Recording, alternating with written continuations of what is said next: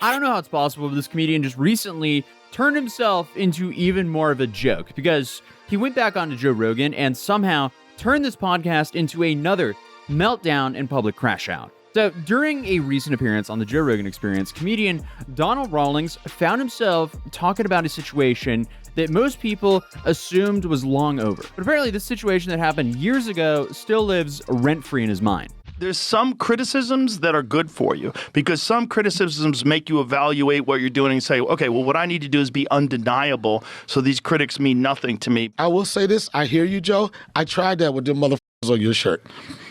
You had a bad show. You had one bad show. I never had... You had a bad show.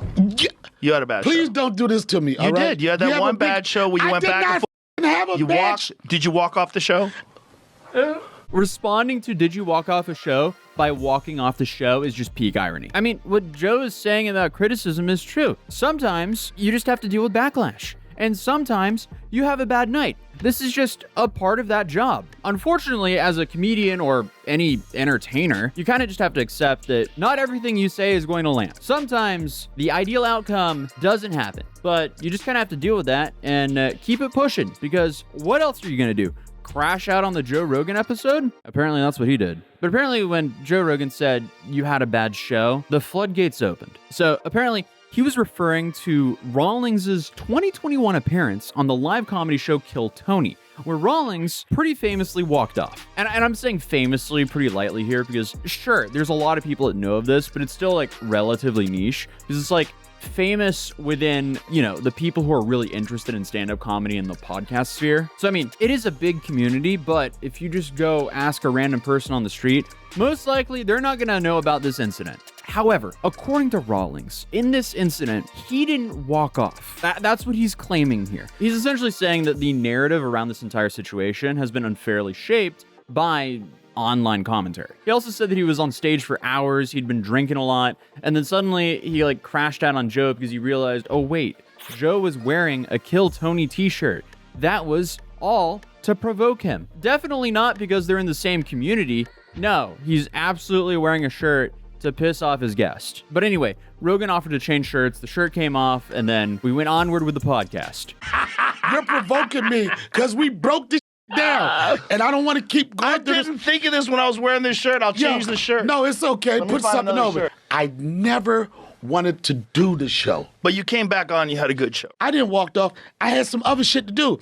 And then our last episode, you and your boy, Tony, he called here, and Tony doubled down on it, and he said, no, that's not what happened. Of course, them comment motherfuckers, the ones that be putting cringe on it, they roll with it. But also, I mean, like, come on. The idea of a comedian being triggered by a t-shirt, that is so beyond ridiculous. Like, come on. Are we really that thin-skinned? As a professional comedian, and again, this is over a show that happened years ago. We're in 2026 now. Like, dude, your job is to make jokes, not be the joke. But I guess we should just back up and explain what happened. Why is this such a big deal? So Donnell Rawlings has been working in comedy for about 3 decades, so we kind of have to give credit where credit is due. He's been in the game for longer than I've been alive. So that's a minute now. He became nationally recognized in the early 2000s on The Chappelle Show, where he played characters like Ashy Larry. And he was later on HBO's The Wire and toured as a stand-up comedian for years. And most recently, he was in a Netflix special that was produced by Dave Chappelle. So again, I want to give this guy kudos for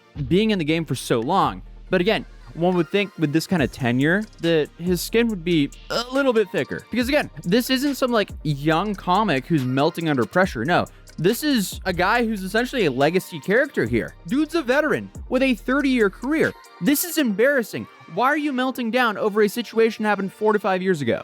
I didn't want to do the show, and I'll tell you why. Because the streets say I'm sensitive.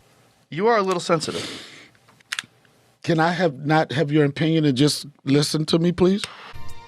Like, come on. Responding to, like, you know, you are a little sensitive with, can you just listen to me, please? I feel like when a comedian goes on Joe Rogan, wouldn't they want to be funny?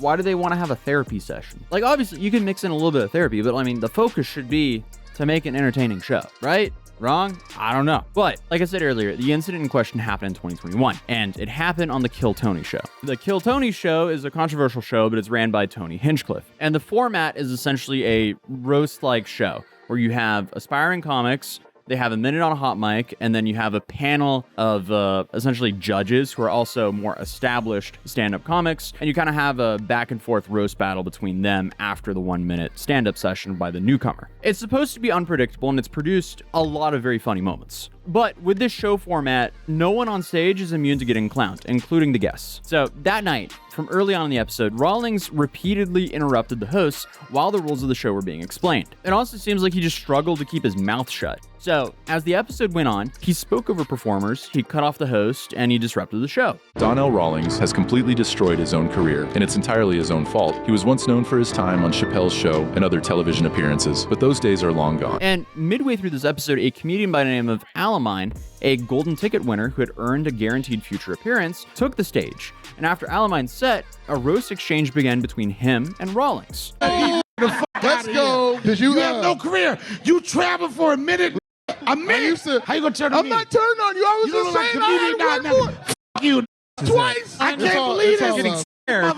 Right now. You got mom and dad G's on the same stage. If you don't get the out of here, where'd you get those Jordans before or after Chappelle gave you that chain? My son, more than I wanted to see.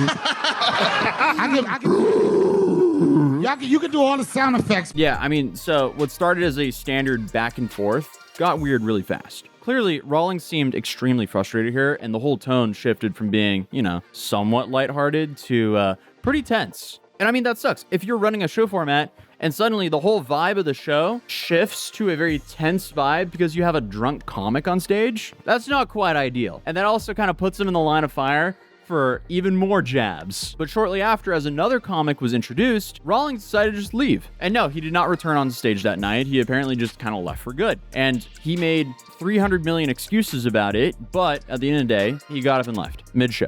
And with the context of the show being a very roast-heavy format, obviously that doesn't look good for him. So this became a very main focal point for that show episode. It's like, oh, okay, this tenured comic, he just left the stage because he couldn't handle being roasted. And yeah, sure, everyone has bad nights, but you learn from them and you move on. But clearly this one stuck with him. So shortly after this happened, he went onto the Joe Rogan show and addressed it for the first time. And this was when the situation was pretty fresh. And this is when we first see Rawlings pushing back on the idea that he walked off stage. So he claimed the episode had been edited in a way that made it way worse than what it was. And he said he's been on stage for over 2 hours. He went on and on. And Rogan wasn't fully convinced. So he ended up calling Tony and asking Tony straight up, was this edited to make Rawlings look bad? And he said, no, it wasn't. Apparently nothing had been manipulated in this episode. Holy shit, this is really happening. All right, let's get right into it. And they made it look like I ran off the show, Joe. Really? You went for that bull edit. I had been on the show for 2 sue. Tony, Nothing was edited. Tony, you full of shit. Thing was edited. So Tony, what you see is actually the true events that took place? No. 100%. You even came on my podcast and said I was Christopher walking off the show. Yeah. Tell them what else I called you on that episode. Your favorite one. Which one? What did I call you? What? I can't remember. I called you Dave's. Oh! And this is my friend. He said Dave Chappelle's plug. I called him Dave Chappelle's What the was that about, Tony? That's a good one. Why you laughing?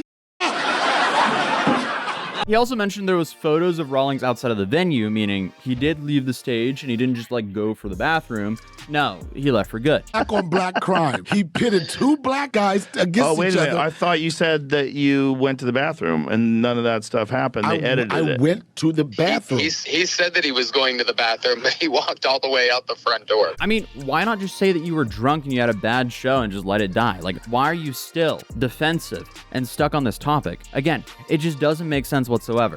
Why are you bringing this up on podcasts years after it happened? Wait, I've been doing comedy for 27 years. I've been doing comedy for 3 months. I went to do that show for a friend. So to sit up there and let a open mic comic have a chance or opportunity to build a career off of me, it don't make no sense.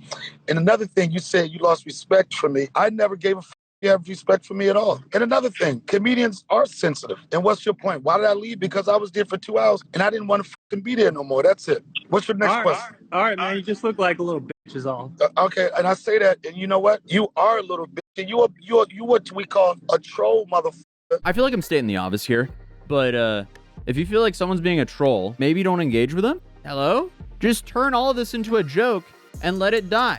You don't need to be butthurt about a situation. We all make mistakes. Onward and upward. Let's just move on. But now, here we are on Joe Rogan, 4 to 5 years after all of this happened, getting triggered by a t-shirt. As a comic, okay. Again, bro's job is to make jokes, but instead he becomes the joke. That's not ideal. I mean, this guy is basically the definition of being rage baited. I mean, this is the prime person that people would want to rage bait because clearly he's very sensitive. Yeah, I mean, the point is, this is one bad show. That's it. This shouldn't be career ending. Why are you hung up on it? I feel like the difference is most people just kind of laugh off stuff like this. But I guess this guy, he's going to be hung up on it for a while. I thought this was just kind of crazy, so I felt like I wanted to talk about it real quick. And yes, as you can tell, I am traveling. I'm in a random hotel room because I'm covering the TikTok psychic case, as you might have seen by the stream I did yesterday, depending on when this video goes up. So thank you for bearing with my low energy video today because I have a 9-hour sleep debt. I'm going to get some sleep so I can cover the trial good tomorrow, but I wanted to make this quick video because I want to talk about this situation because this is quite ridiculous. But other than that, if you're new here, feel free to subscribe, drop a like if you enjoyed the video, and I'll see you guys in the next one. Peace.